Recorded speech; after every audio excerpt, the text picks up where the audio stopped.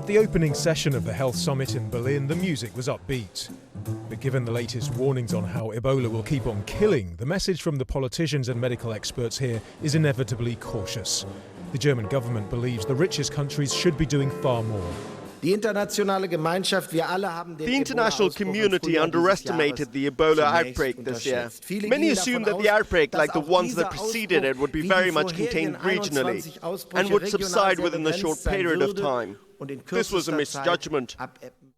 Germany's promised $130 million in aid, and it's also going to send military and medical volunteers. But even if other countries do likewise, the experts say there are other concerns. What we know is that the virus has undergone already a lot of mutations since the beginning of the outbreak. It very well may be that it remains endemic in these areas. Of course, the greatest need is for help treating people who have Ebola in West Africa. This medic is doing exactly that in Liberia.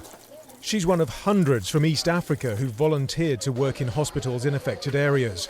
And she says fears about health workers catching Ebola should not be exaggerated.